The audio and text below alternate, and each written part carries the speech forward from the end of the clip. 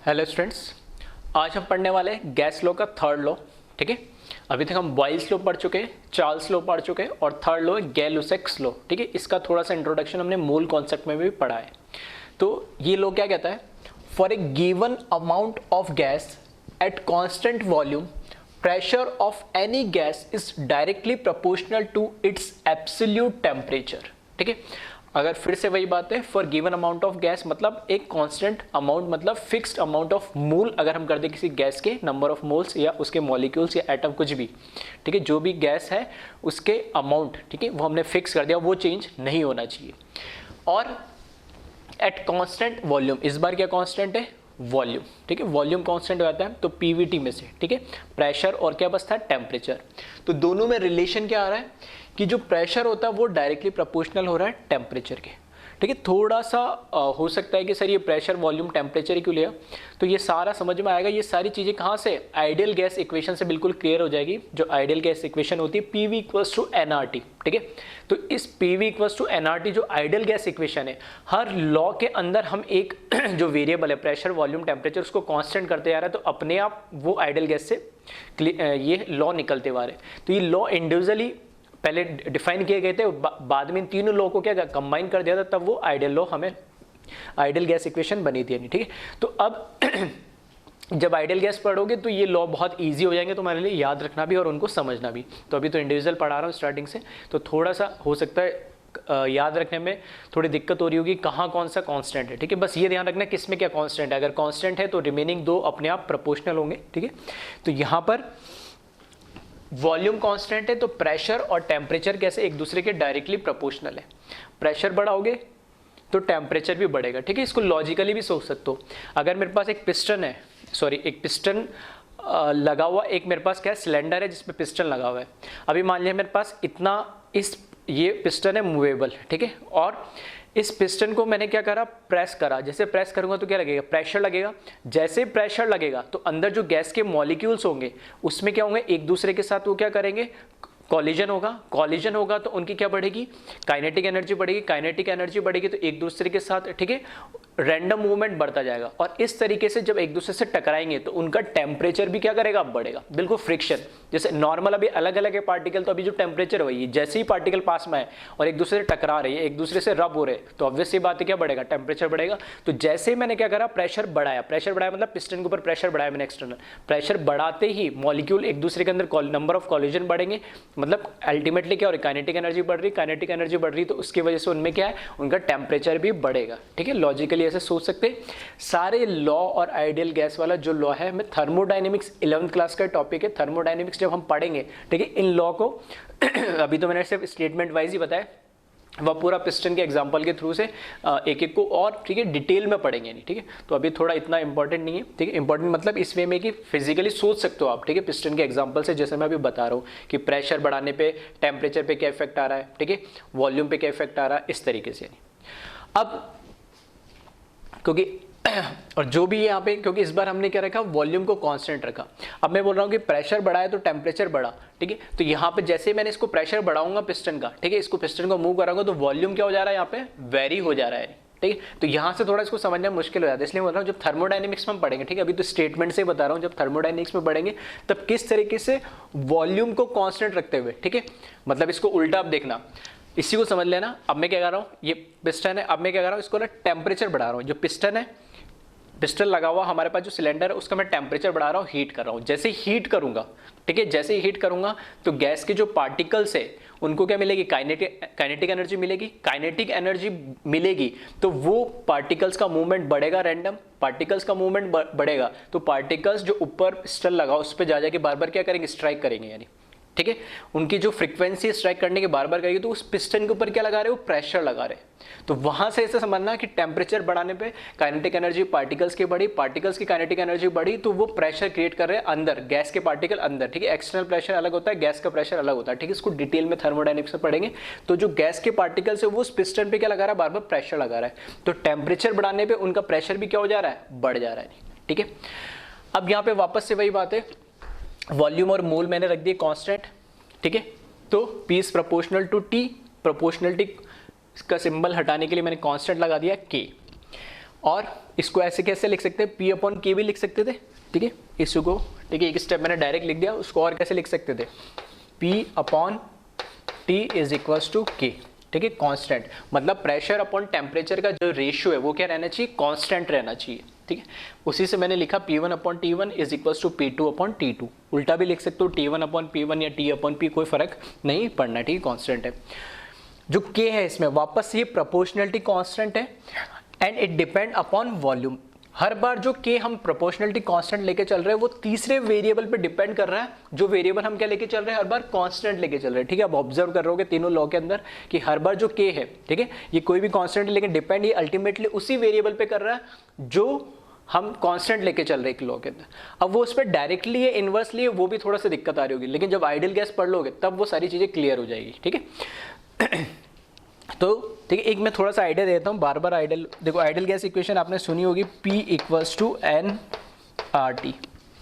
अब क्या हो रहा है हमारे पास, R होता है यूनिवर्सल गैस कांस्टेंट, ये तो अपना आप में कांस्टेंट है, n नंबर ऑफ मोल्स है, ये भी कांस्टेंट हर बार हम ले रहे हैं। अब इस लॉ को ले लेता हूँ फॉर एग्जांपल, इसमें मैंने क्या करा, वॉल्यूम को कांस्टेंट लिया, तो मैं देख रहा हूँ इसको कैसे लिख रहा हूँ, P अपॉन T लिखा मैंने और n into R upon V, इस तरीके से लिख दिया मैंने। अब देखो n और r तो ये अपने आप में कांस्टेंट थे, इस लॉ के अंदर मैंने v को कांस्टेंट माना, मतलब ये पूरा का पूरा टर्म क्या हो गया, कांस्टेंट हो गया। इस पूरी की जगह मैंने क्या लिख दिया, p upon t is equals to क्या लिख दिया, k लिख दिया। अब ये p अपॉन t ये क्या तो रहेगा कांस्टेंट, और यहाँ पे जो k लिखा है मैंने, ठीक है जो k लिखा है उस k की वैल्यू यहाँ से क्या लिख, ये k किसके बराबर है, n into r upon v के बराबर है, सही है। तो यहां से दे सकते K और V के बीच में रिलेशन कैसा आ रहा है, इनवर्स रिलेशन आ रहा है, वही जो मैं बार बार लिख रहा हूं डायरेक्ट। ऐसा तुम चाहो तो रिमेनिंग बॉयल्स लॉ और चार्ल्स लॉ में K का डिपेंडेंस प्रेशर और टेम्परेचर में दोनों रिमेनिंग लॉ में जो जिसको कांस्टेंट लेके चल रहे हैं कैसे होगा उसको याद रख सकते हैं। तो मतलब रटने की जरूरत नहीं है, PV इक्वल्स टू nRT है, बस ये याद रखना चाहिए हमें कि किस लॉ में कौन सा टर्म कांस्टेंट होता है, ठीक है। जैसे बॉयल्स लॉ के अंदर टेम्परेचर कांस्टेंट होता है, वह टेम्परेचर कांस्टेंट कर देंगे, तो मैंने बताया था उसमें जो K था प्रोपोर्शनल टू T हो जाएगा, नहीं ठीक है। फिर इसके अंदर वॉल्यूम कांस्टेंट है, तो वॉल्यूम मैंने कांस्टेंट कर दिया, तो वो कांस्टेंट वाले टर्म इधर ले गया मैं, ठीक है, तो इन्वर्सली हो गया। प्रेशर अगर कांस्टेंट होता तो वापस वो नीचे जाता और वो कैसे, इन्वर्सली होता है, ठीक है। तो इस तरीके से आप इसको याद रख सकते हैं। एक बार इसको कॉपी कर ले, फिर इसके ग्राफ्स भी देख लेते हैं। ग्राफ सेम है जैसे हमने क्या करा था, रिमेनिंग दो लॉ के अंदर बनाए थे, ठीक है। फिर भी एक बार मैं बता देता हूँ जल्दी से, ग्राफ भी ड्रॉ कर लेना। तो अल्टीमेटली जो तीनों लॉ है ये, ठीक है, आइडियल गैस से, ठीक है, आइडियल गैस इक्वेशन जो होती है जिसको हमें पढ़ने वाले आगे, उसी पे बेस्ड है। इस लॉ की, इन तीनों लॉ के हेल्प से ही हमने, ठीक है, आइडियल गैस इक्वेशन को आगे बताया था। और याद रखने के लिए, ठीक है, क्योंकि हमें तो कंपटीशन एग्जाम में क्वेश्चन सॉल्व करने चाहिए, क्लियर होने चाहिए, कम से कम चीज़ रटना पड़े, अधिक से अधिक चीज़, ठीक है, हमें समझ में आ सके। तो उसके लिए कि बस ये याद रखो और जो कांस्टेंट है उसको सामने ले जाओ और बाकी चीज़ उसके अकॉर्डिंग कैलकुलेट कर लो। यानी तो हेडिंग डाल लेना,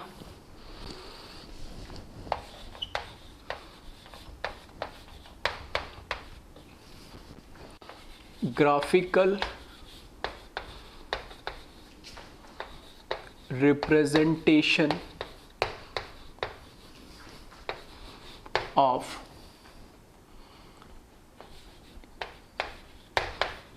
गैलुसेक्स लॉ।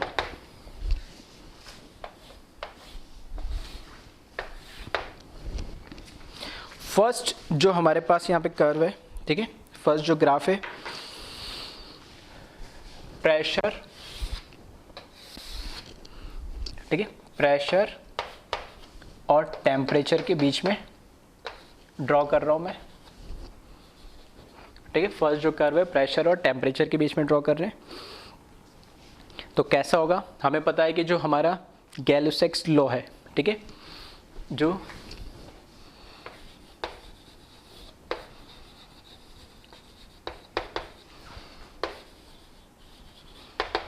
वो क्या है, P is equals to KT, ठीक है। तो K एक कांस्टेंट है, इसको किससे कंपेयर कर सकते हैं, लाइन की इक्वेशन से, y equals to mx plus c।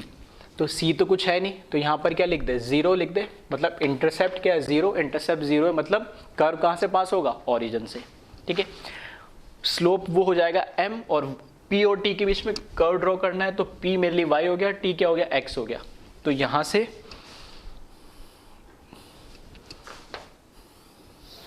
इस तरीके से कर्व ड्रॉ होगा, और इसका जो ये स्लोप है, ठीक है,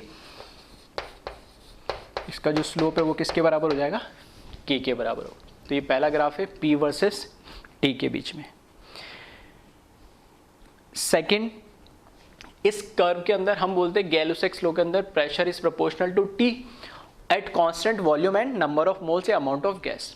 मतलब हर एक पॉइंट पे, ठीक है, फिर से मैं मार्क कर देता हूँ, हर एक पॉइंट पे जो वॉल्यूम होगा, ठीक है, या इस तरीके से लिख देते, यहाँ पे मैं लिख देता हूँ V1, यहाँ पे लिख देता हूँ V2। तो इस पूरे कर्व पे, ठीक है, वॉल्यूम हमेशा क्या रहना है, कांस्टेंट ही रहना है, that is V1 is equals to V2, that is constant रहना है इस कर्व के अंदर, ठीक है। First curve P versus T, ठीक है, इसको कॉपी कर ले एक बार। सेकंड कर्व फिर वही है, ठीक है, इस तरह का भी मैं क्वेश्चन करा चुका हूँ कि अगर मुझे क्या दे दे, मल्टीपल इस तरीके से कर्व दे दे ओरिजिन से पास होता हुआ, ठीक है, तो मुझे बताना है उनमें से वॉल्यूम के बीच में क्या रिलेशन होगा।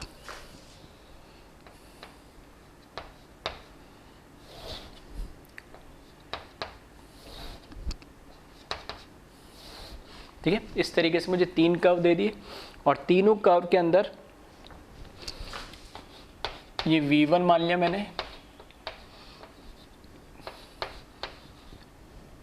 मतलब प्रेशर और टेम्परेचर इसके लिए कर्व बढ़ रहा है एट कांस्टेंट वॉल्यूम V1। यहाँ पे मान लिया 5 लीटर पे है, ये पूरा प्रोसेस में 10 लीटर पे करा रहा हूँ, ठीक है, फॉर एग्जांपल जो भी 5-10 लीटर बोलना सही नहीं, मतलब एक कांस्टेंट वॉल्यूम है यानी, ठीक है। तो मुझे बताना है जो V1, V2, V3 इन तीनों के बीच में रिलेशन क्या है, ठीक है। तो वापस से वही बात है कि ये किसको रिप्रेजेंट करता है, स्लोप को, और जो स्लोप है, ठीक है, स्लोप किसको, k को रिप्रेजेंट करता है, और जो k है वो वॉल्यूम के कैसे इनवर्सली प्रोपोर्शनल है। इसका मतलब अगर स्लोप ज़्यादा होगा तो वॉल्यूम क्या होगा, कम होगा। तो यहाँ से अगर हम देखें, ठीक है, स्लोप को कंपेयर करें, तो स्लोप इसका क्या है, सबसे कम है, फिर इसका सबसे ज़्यादा है, फिर इसका ज़्यादा है। इसका मतलब है कि इसका वॉल्यूम सबसे कम होगा V1, फिर उससे ज़्यादा V2 होगा, उससे ज़्यादा V3 होगा, ठीक है। तो इस तरीके कर्व भी मैं क्या पहले भी बता चुका हूँ। तो यहाँ पे अगर मैं रिलेशन पूछूँ V1, V2 और V3 में, तो V1 से ज़्यादा होगा V2, V2 से ज़्यादा होगा V3,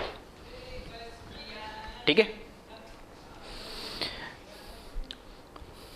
और इसी तरीके से एक लास्ट ग्राफ, ठीक है, लॉग के फॉर्म में भी लिख ले, ठीक है। बार बार लॉग वाले इसलिए बता रहा हूँ कि आपको एक यूज टू हो जाओ उसके लिए, आप कि आपको अजीब ना लगे। और कैसे ड्रॉ करते, फिर से मैंने बताया था कि लॉग की प्रॉपर्टी आपको यूज़ करनी होती है, जो भी लॉ, ठीक है, जो भी लॉ हमें दे रखा है बस उसमें क्या लगा दो, लॉग लगा दो दोनों साइड। तो यहाँ पर मैं क्या कर रहा हूँ, लॉग ऑफ P और लॉग ऑफ T के बीच में कर्व ड्रॉ करना है, ठीक है। तो यहाँ से मैं लिख दे रहा हूँ इसको,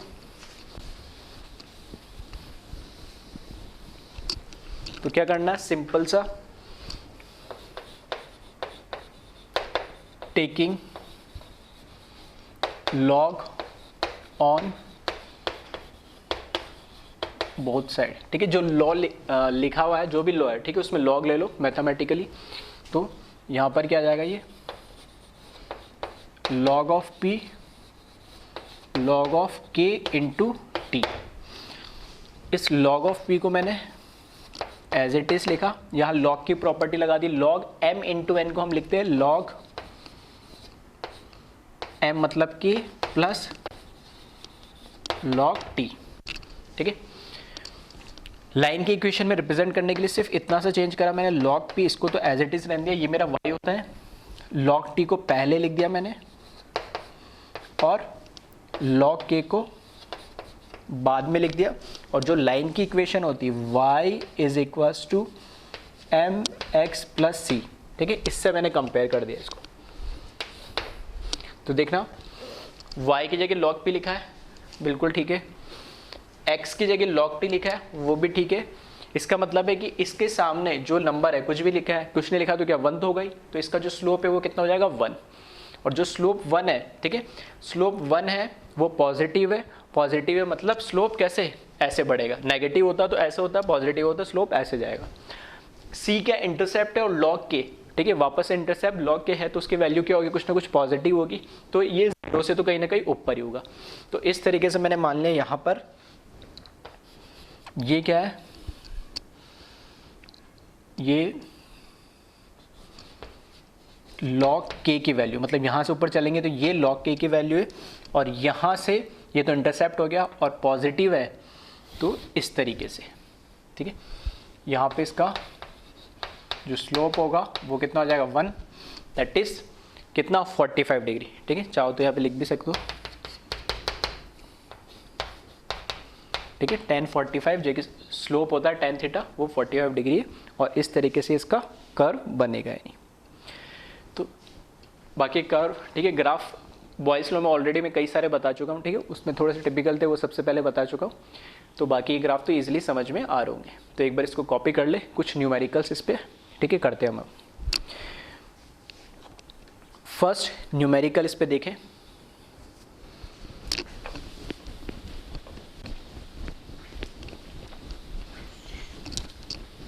ठीक है। अभी तो एक एक लॉ के मैं स्टेटमेंट लिखा रहा हूँ, ठीक है, मैथमेटिकल फॉर्म में बता रहा हूँ, फिर उनके ग्राफ बना दे रहा हूँ और फिर उन पर न्यूमेरिकल करा दे रहा हूँ, ठीक है। तो एक एक लॉ पढ़ रहा हो तो क्वेश्चन थोड़ा टफ भी है या आ रहा है तो कोई दिक्कत नहीं हो रही, लेकिन एग्जाम में तुम्हें लिखा हुआ नहीं आएगा कि किस लॉ पे बेस्ड ये क्वेश्चन है, वो तुम्हें क्वेश्चन देख के पहचानना पड़ेगा लैंग्वेज समझ के, ठीक है। तो वहाँ थोड़ा सा अभी तो ईजी लगता है क्योंकि 1 बाय 1 जो मैं लॉ पढ़ा रहा हूँ उसी के क्वेश्चन करा रहा हूँ।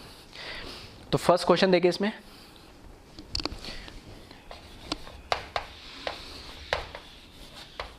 a gas cylinder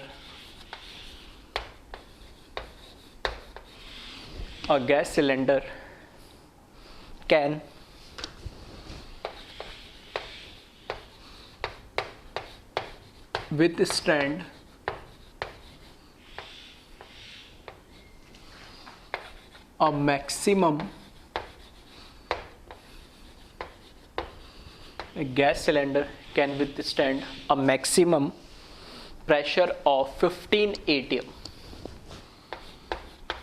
Maximum pressure of 15 atm, ठीक है। फिर आगे क्वेश्चन बोल रहा है pressure inside the cylinder, pressure inside the cylinder at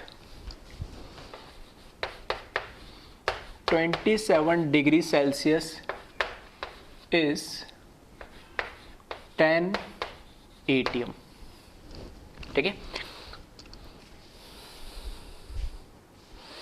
फिर आगे क्वेश्चन क्या है, if room in which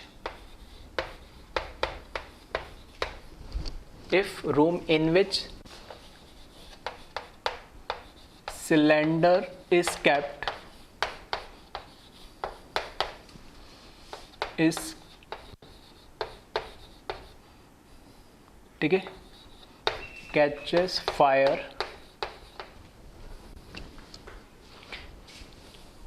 then predict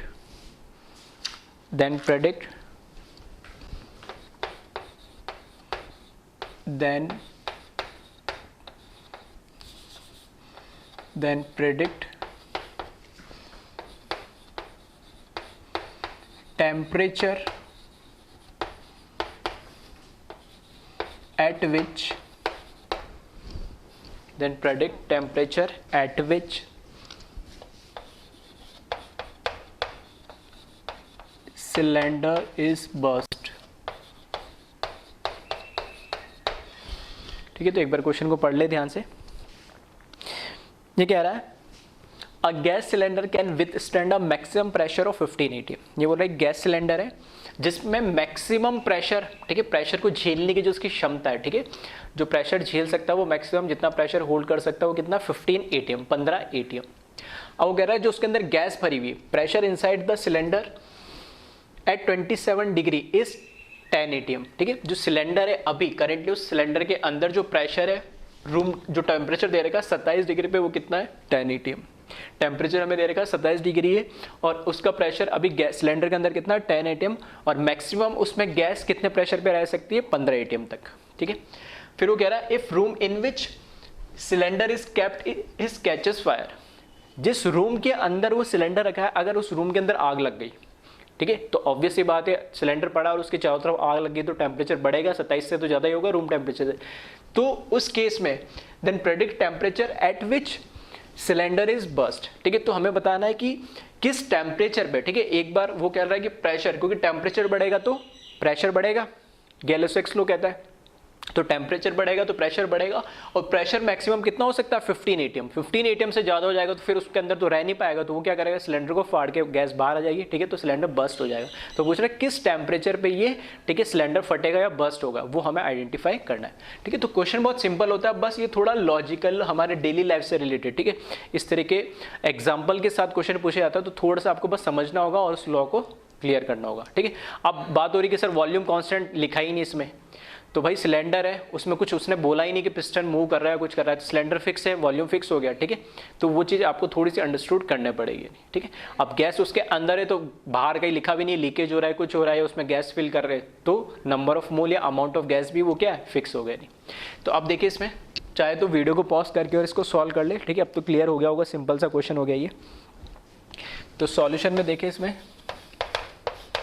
ultimately मुझे क्या अप्लाई करना है कि हमें एक इनिशियल टेम्परेचर और इनिशियल प्रेशर दे रखा है, फाइनल उसने बता रखा है प्रेशर इतना मैक्सिमम हो सकता है, तो उस मैक्सिमम प्रेशर ही कहाँ किस टेम्परेचर पे होगा वो मुझे आइडेंटिफाई करना है। प्रेशर और टेम्परेचर के बीच में, ठीक है, जो रिलेशन बताता है वो मुझे कौन बताता है, गैलोस लॉ।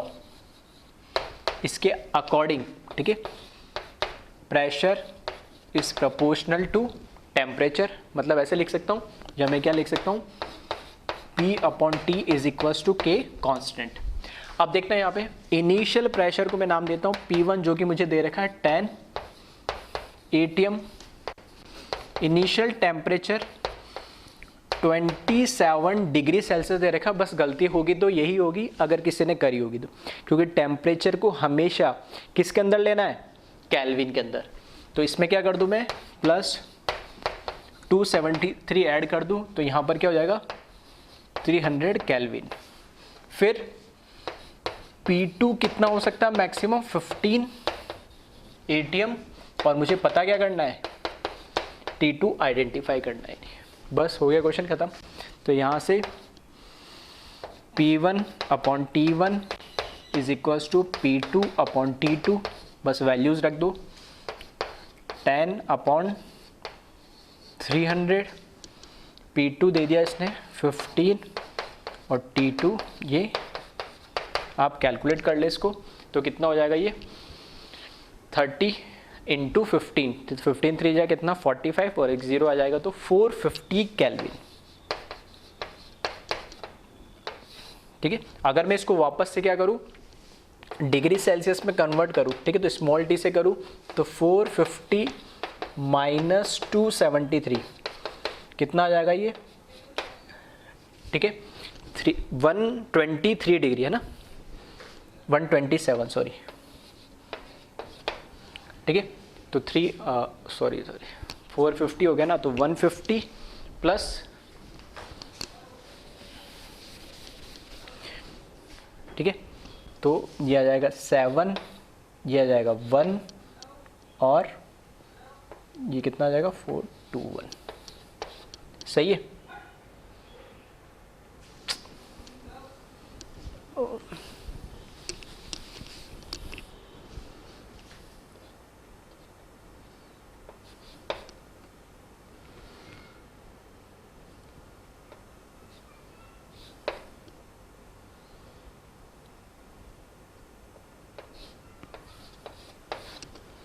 ठीक है। मतलब अगर 27 डिग्री जो हमारा रूम टेम्परेचर दे रखा है, उस 27 डिग्री में, ठीक है, अगर मैं क्या करूँ, टेम्परेचर बढ़ाता गया, ठीक है, 27 से कहाँ चला गया, 177 डिग्री, ठीक है, तो बहुत हाई टेम्परेचर हो गया। इतना टेम्परेचर अगर मैं कर दूंगा तो उस केस के अंदर, ठीक है, उस केस के अंदर यहाँ पर क्या हो जाएगा,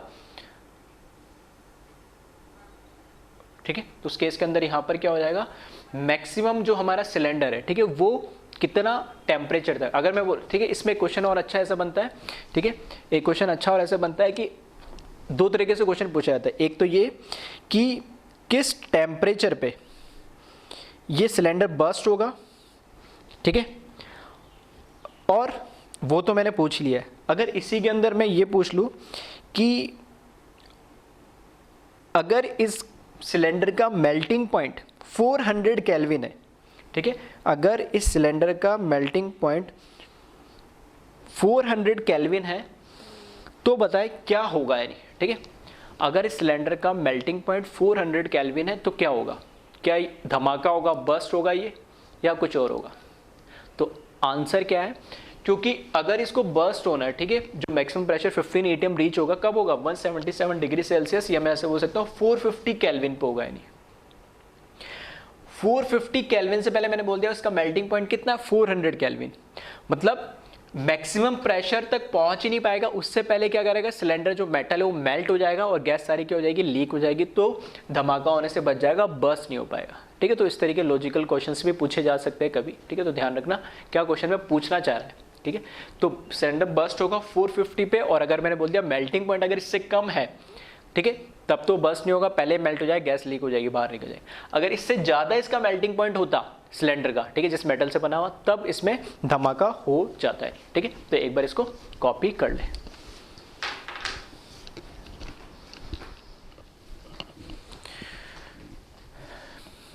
लास्ट हम पढ़ रहे एवोगैड्रो हाइपोथेसिस, ठीक है, बॉयल्स लॉ, चार्ल्स लॉ और गै-लुसैक्स लॉ, ठीक है, 3 हम पढ़ चुके हैं, और एक हाइपोथेसिस है एवोगैड्रो की जो हमने मूल कॉन्सेप्ट में पढ़ी थी, ठीक है, गै-लुसैक्स लॉ भी पढ़ा था और एवोगैड्रो भी पढ़ा था, उसको इसमें वापस देख रहे हैं क्योंकि ये गैस से रिलेटेड है। तो ये क्या कह रहा है, under similar condition of temperature and pressure equal volume of any gas contain equal number of moles, ठीक है।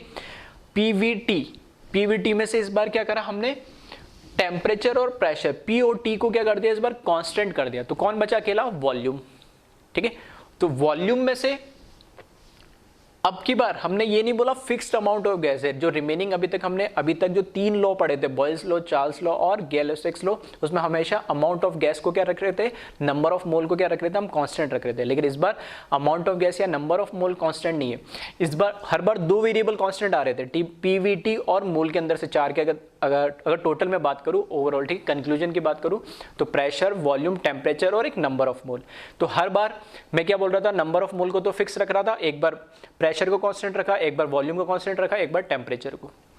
जो एवोगैड्रो हाइपोथेसिस, इसमें अब क्या करा, पीवीटी और नंबर ऑफ मोल में से इस बार मैंने टेम्परेचर और प्रेशर को कांस्टेंट कर दिया, और किस में रिलेशन पूछ रहा हूं, वॉल्यूम और नंबर ऑफ मोल में से, ठीक है। एज सिंपल, अगर इसको ऐसे समझ सकते हो तो मैंने बोला वॉल्यूम जो होगा वो प्रोपोर्शनल होगा किसके, नंबर ऑफ मोल्स के, और वो प्रोपोर्शनलिटी कांस्टेंट हटाने के लिए यहाँ पे के लगा दिया, ठीक है। अब इसको अगर मैं आइडियल गैस से समझूं, ठीक है, तो ठीक है, आइडियल गैस की जो इक्वेशन है उससे अगर इसको समझें तो देखना PV is equals to nRT, ठीक है। अब इस बार क्या करा, प्रेशर को कांस्टेंट करा, टेम्परेचर को कांस्टेंट करा, और R अपने आप में क्या होता है, कांस्टेंट होता है।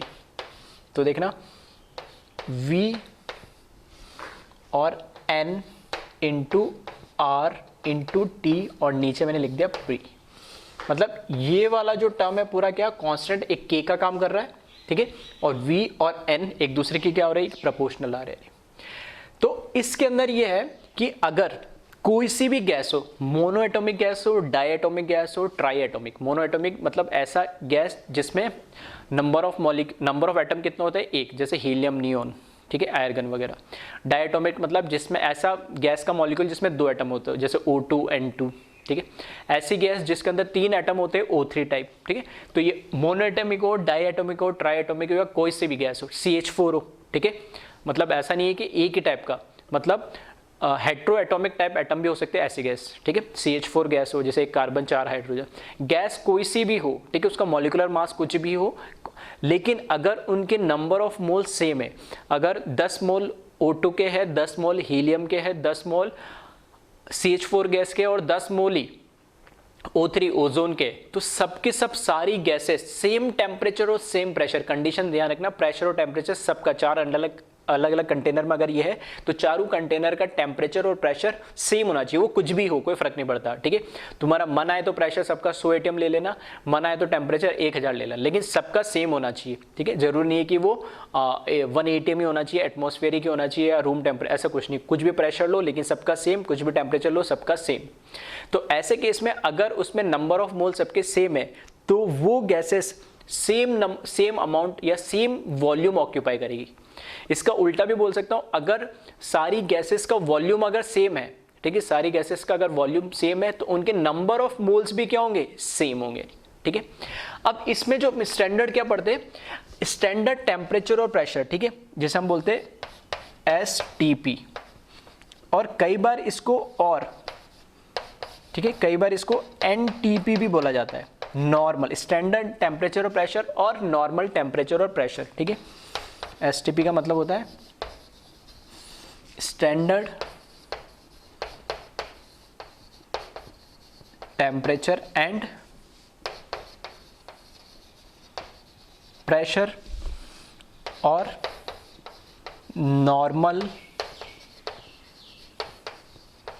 टेम्परेचर एंड प्रेशर, ठीक है। कैसे बोल सकते हो आप, STP बोलो या NT बोलो। तो ये क्या है, तो जो स्टैंडर्ड प्रेशर होता है वो एटमॉस्फेरिक प्रेशर 1 ATM लेके चलते हैं हम हमेशा, एंड जो टेम्परेचर होता है वो 273 kelvin, that is 0 degree Celsius होता है, ठीक है। स्टैंडर्ड हमने लेके चला है। इसके अकॉर्डिंग अगर कैलकुलेशन करोगे तो इसमें देखना PV इक्वल्स टू nRT के लिए फॉर 1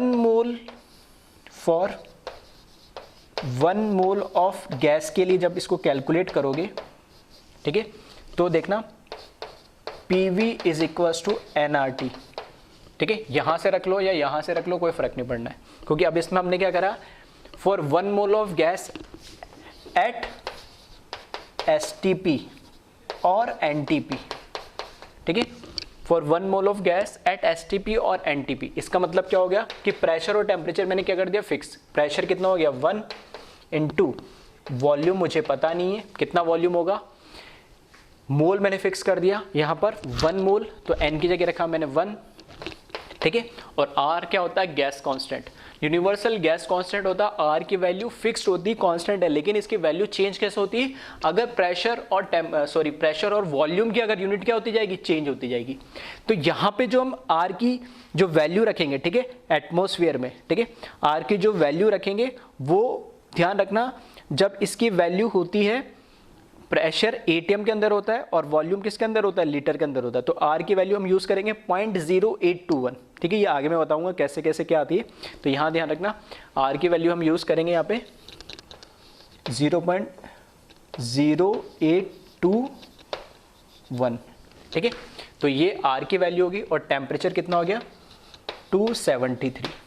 इसको जब आप कैलकुलेट करोगे, ठीक है, तो वॉल्यूम जो कैलकुलेट होके आएगा वो आएगा 22.4 लीटर। और क्या बोल सकता हूं मैं इसको, 22400 मिलीलीटर, ठीक है।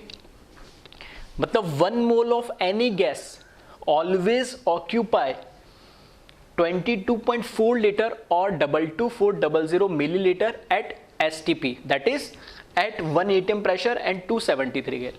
बोले नहीं सर, मुझे तो 1 ATM और 273 पे वॉल्यूम नहीं कैलकुलेट करना है, मेरे को तो 100 पे करना है और ये 400 पे करना है। तो जो तुम्हारा मन करे, तो प्रेशर की यहाँ पे 100 लिख देना, टेम्परेचर 400 चाहिए तो टेम्परेचर जहाँ 273 लिखा हुआ 400 लिख देना, जितना वॉल्यूम आ जाएगा। जैसे जैसे ये क्वांटिटी चेंज करते जाओगे ये वॉल्यूम चेंज होता जाएगा। तो हम तो स्टैंडर्ड हमने मान लिया कि अगर हमें 1 atm और 273 पे अगर किसी गैस का वॉल्यूम कैलकुलेट करना है 1 मोल के लिए, तो वो कितना हो जाएगा 22.4 लीटर। अगर 1 मोल के लिए 22.4 है तो 2 मोल के लिए कितना हो जाएगा इसका डबल, 3 के लिए इसका इस तरीके से थ्राइस, हाफ का कितना हो जाएगा 12.2 इस तरीके से। तो इसी बेस पे मैंने मोल कॉन्सेप्ट में जो बताया थर्ड फार्मूला जो हम मोल का पढ़ते हैं, अगर आपको मोल कैलकुलेट करने किसी गैस के लिए, ठीक है, स्पेसिफिक गैस के लिए फार्मूला यूज होता है। अगर तुम्हें मोल कैलकुलेट करना है तो मोल कैलकुलेट करने के लिए हम बोलते हैं रेशियो है मोल कैलकुलेट करने के लिए गैस के लिए क्या, जो भी हमें गिवन वॉल्यूम दे रखा है डिवाइडेड बाय 22.4 लीटर, ठीक है। तो चाहो तो यहाँ पे लिख ले रहा हूँ, अगर आपको मोल कैलकुलेट करने मोल ऑफ गैस तो गिवन वॉल्यूम डिवाइडेड बाय 22.4।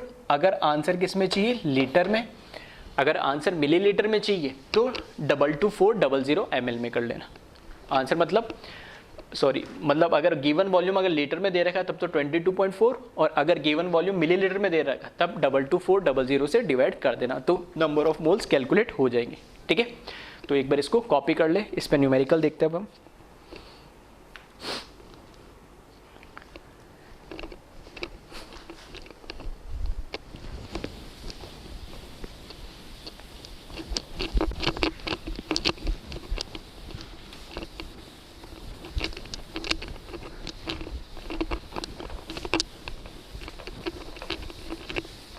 ठीक है, एवोगैड्रो हाइपोथेसिस, मतलब ये एज सच लॉ में काउंट नहीं होता, लेकिन इसी के साथ मैं इसलिए बता दे रहा हूँ क्योंकि ये भी जैसे बाकी के लॉ भी जो है वो आइडल गैस इक्वेशन से रिलेट होते हुए याद रख सकते हैं, वैसे इसको भी आइडल गैस इक्वेशन से कैसे याद रख सकते हैं और इसका मीनिंग क्या है, ठीक है, वो रिलेट करता है, इसलिए मैंने यहीं पे एक साथ इसको बता दिया।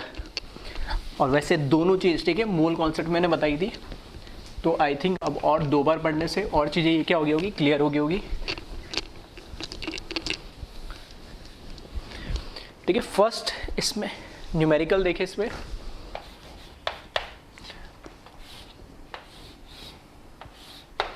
मेरे पास एक कंटेनर है ए एंड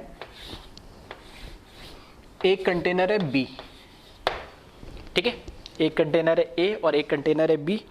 एक कंटेनर के अंदर गैस जो फिल हो रखी है, ठीक है, फर्स्ट कंटेनर में जो गैस फिल है वो है 16 ग्राम O2, ठीक है, कंटेनर ए में, और कंटेनर बी में जो गैस है वो है 40 ग्राम SO3 सल्फर ट्राइऑक्साइड। अब क्वेश्चन क्या है, क्वेश्चन ये पूछा है कि अगर दोनों का प्रेशर एंड टेम्परेचर सेम होगा, अगर दोनों का प्रेशर और टेम्परेचर सेम है तो किसका वॉल्यूम सॉरी अगर वो कह रहा है कि अगर प्रेशर और टेम्परेचर अगर सेम है तो दोनों में से किस गैस का वॉल्यूम ज़्यादा होगा, ठीक है, which gas has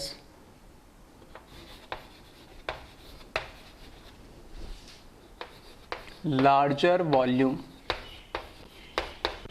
at same temperature and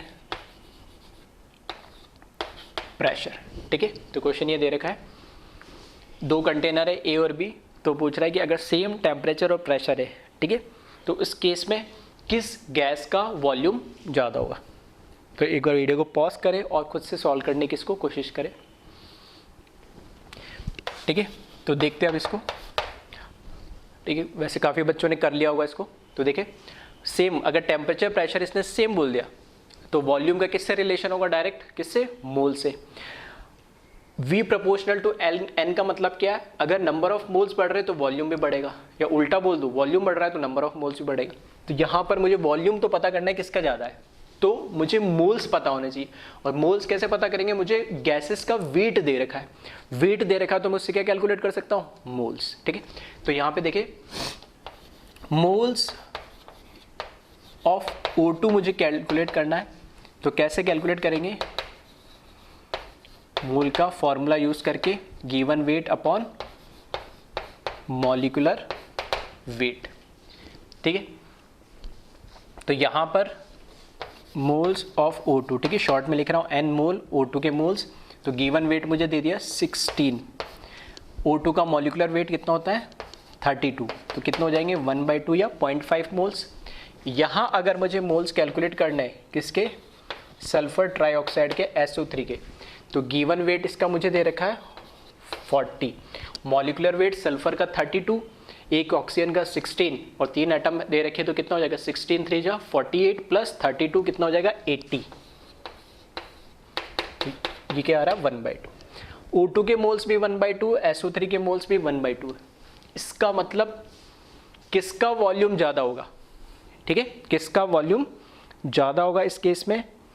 तो अगर मोल दोनों के सेम है तो दोनों का वॉल्यूम भी क्या होगा? सेम होगा, ठीक है। आ रहा है समझ में?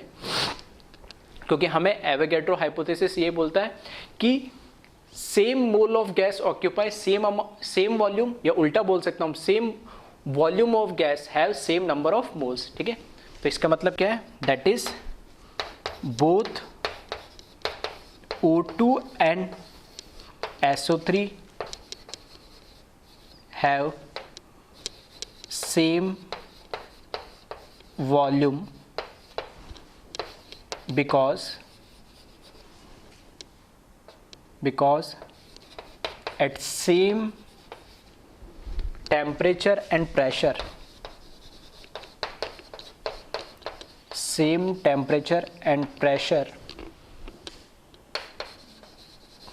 they have same or equal number of moles, that is 1/2।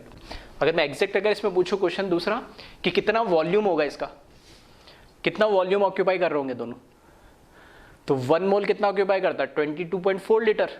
तो हाफ मोल कितना ऑक्यूपाई करेगा? उसका आधा, तो कितना हो जाएगा? 11.2 लीटर है, ठीक है। तो इस तरह का क्वेश्चन भी पूछ सकता था कि वो कितना वॉल्यूम होगा, किसका वॉल्यूम लार्जर होगा या कम होगा, क्या दोनों का लार्जर होगा या अनइक्वल होगा, अगर लार्जर है तो किसका कितना ज़्यादा होगा, और अगर इक्वल है तो कितना होगा, ठीक है। इस तरीके से कई भी क्वेश्चन पूछ सकते हैं, ठीक है। तो कितना 11.2 लीटर ये ऑक्यूपाई करेगा। तो एक बार इसको कॉपी कर ले। एक क्वेश्चन और देख ले इसमें।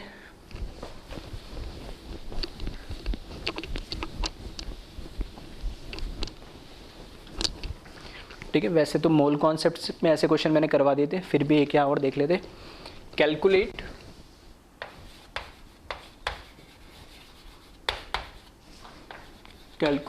Wait in gram, calculate weight in gram of CO2 gas, carbon dioxide gas, CO2 gas, which occupy 67.2 litre, ठीक है। तो यहां पे क्या दे दिया? Calculate weight in gram of CO2 gas which occupy 67.2 litre at STP, ठीक है। थोड़ा सा इसको कंप्लीट कर लेना, एट STP। तो एक बार इसको कैलकुलेट करें वीडियो को पॉज करके।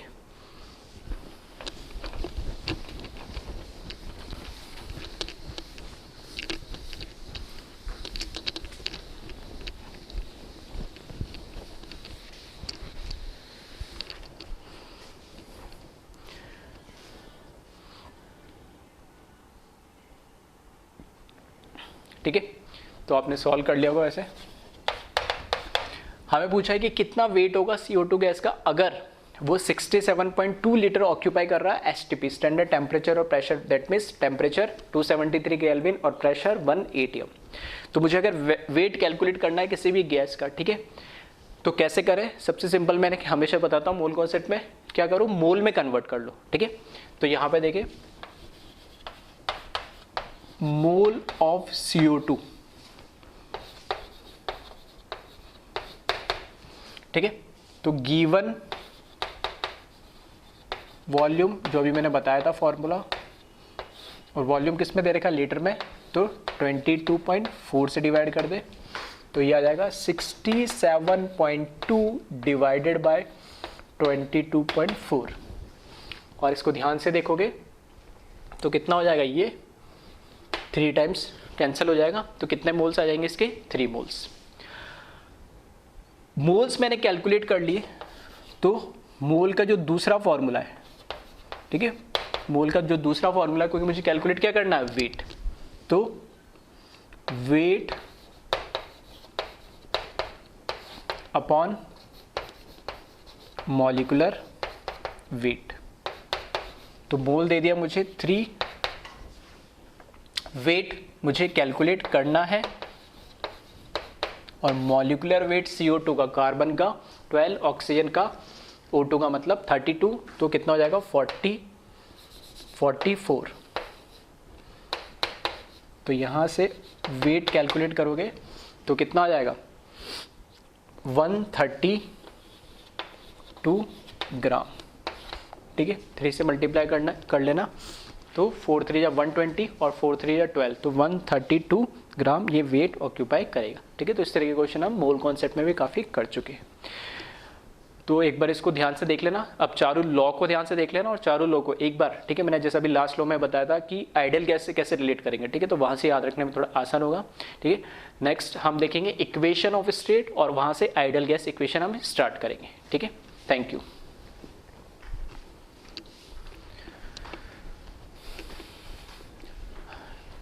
अब देखिए इक्वेशन ऑफ स्टेट, ठीक है। अब इक्वेशन ऑफ स्टेट क्या है, ये प्रेशर, वॉल्यूम, टेम्परेचर, ठीक है, PVT और साथ में मैंने मोल, ठीक है, 4 चीज़ों के बारे में एक साथ हमने देखा था। अब इस बार हमने क्या कर दिया, एट ए टाइम हम क्या कर रहे थे, बॉयल्स लॉ हो, चार्ल्स लॉ हो, या गैलोसेक्स लॉ हो, या एवोगैड्रो हाइपोथेसिस हो, 4 में से कम 2 चीज़ों को कांस्टेंट रख रहे थे। इस बार मैंने क्या करा, इक्वेशन ऑफ स्टेट में नंबर ऑफ मोल्स या अमाउंट ऑफ गैस को क्या रखा, कांस्टेंट रखा। तो रिमेनिंग प्रेशर, वॉल्यूम और टेम्परेचर के अंदर हमें रिलेशन बताना है। तो वापस से वही बात है, आइडियल गैस इक्वेशन से देखोगे तो PV इक्वल्स टू nRT, ठीक है, T को नीचे ट्रांसफर कर दोगे तो N मैंने फिक्स कर दिया, और R तो अपने आप में क्या था, कांस्टेंट था ही, ठीक है। आइडियल गैस इक्वेशन जब देखोगे तो ऐसे लिखते हैं PV इक्वल्स टू nRT। अब R तो अपने आप में कांस्टेंट है, नंबर ऑफ मोल्स मैंने इस केस में इक्वेशन ऑफ स्टेट में कांस्टेंट रखा, तो देखना PV अपॉन क्या बन जाएगा, T, और N कांस्टेंट कर दिया, और R कांस्टेंट होता है, तो PV अपॉन T जो कांस्टेंट, वही इस चीज़ को रिप्रेजेंट कर रहा है, ठीक है। तो वही लिखा है, equation which represent relation between pressure, volume and temperature for given amount of gas is known as equation of state. इससे कंफ्यूजन हो रहा हो for given amount of gas, तो उसको और चाहे तो ऐसे लिख लेना for fixed amount of gas, या at for fixed amount of gas, या number of moles of gas is constant, ठीक है, कैसे भी लिख लेना, ठीक। बस ये ध्यान रखना है कि जो गैस का अमाउंट है या नंबर ऑफ मोल है वो इस केस में क्या रखा है, कांस्टेंट। तो वही आइडियल गैस इक्वेशन से मैंने बता दिया P into V upon T equals to constant होना चाहिए, तो P1V1 upon T1 is equals to P2V2 upon T2, ठीक है। इस पर एक न्यूमेरिकल भी देख ले जल्दी से, इसको कॉपी कर ले।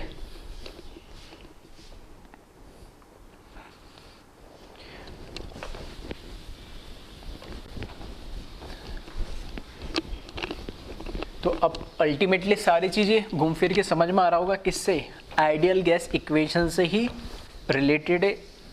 इसी इक्वेशन को घूम फिर के कई बार 2 वेरिएबल कांस्टेंट ले रहे, कई बार एक कांस्टेंट ले रहे, उसी से ये सारी चीज़ें, सारे लॉस घूम फिर के आ रहे हैं, ठीक है। तो एक क्वेश्चन इस पर और देख ले, volume of gas eight volume of gas at 127 degree Celsius and 570 mm Hg, ठीक है। Pressure, mmHg pressure is 20 litre, ठीक है। तो वॉल्यूम जो दे रखा है वो हमें 20 लीटर दे रखा है। फिर लिखा है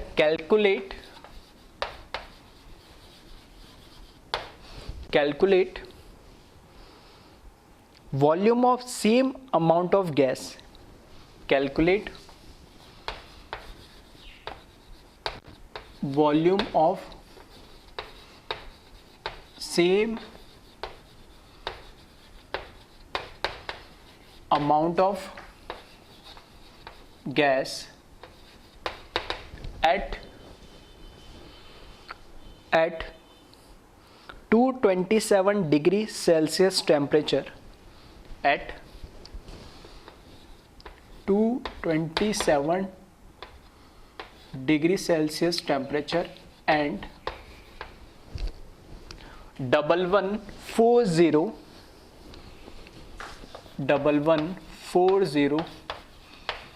torr प्रेशर।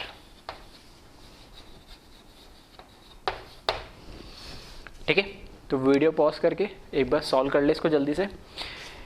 क्वेश्चन ये दे रखा है volume of gas at 127 degree Celsius and 570 mmHg pressure is 20 litre, then calculate volume of same amount of gas at 227 degree Celsius and 1140 Tor.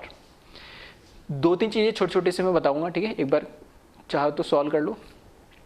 पहली चीज तो इसने टेम्परेचर 127 डिग्री दे रखा है, टेम्परेचर को हमेशा केल्विन में कन्वर्ट करना है। दूसरा ध्यान रखना प्रेशर की यूनिट यहाँ 570 mm ऑफ Hg दे रखा है, वॉल्यूम 20 लीटर दे रखा है। फिर उसने पूछा वॉल्यूम ही कैलकुलेट करना है, कोई दिक्कत नहीं है।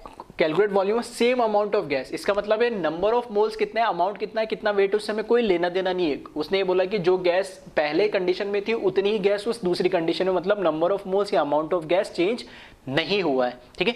तो फिर समझ में आ रहा है क्या यूज करना, मुझे इक्वेशन ऑफ स्टेट यूज करना है जिसमें अमाउंट ऑफ गैस सेम रहे और 1, 2 और 3 वेरिएबल दे रखे और 2 वेरिएबल वापस से मुझे दे रखे, तीसरा वेरिएबल जो कि वॉल्यूम उसने पूछ लिया नहीं, ठीक है।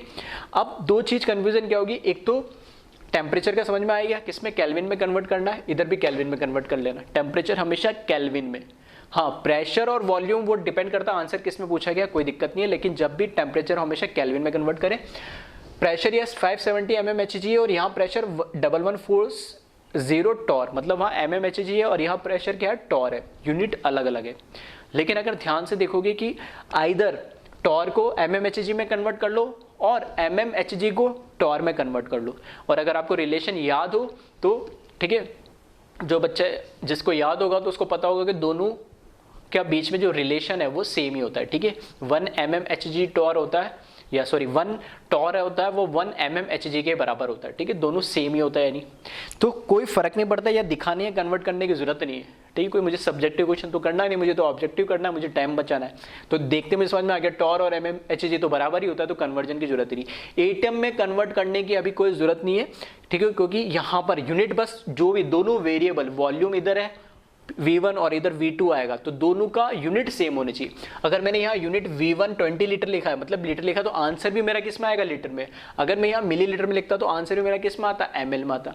प्रेशर मैंने mmHg में लिया है तो आंसर भी मेरा mmHg में आएगा, ठीक है। तो यहाँ अगर mmHg है तो यहाँ पे भी mmHg में कन्वर्ट कर लो, और दोनों तो सेम ही होता है, ठीक है, मैग्नीट्यूड वाइज, तो फिर कोई फर्क नहीं पड़ता है। हाँ, टेम्परेचर केल्विन है तो इधर भी केल्विन में कन्वर्ट कर लो, ठीक है।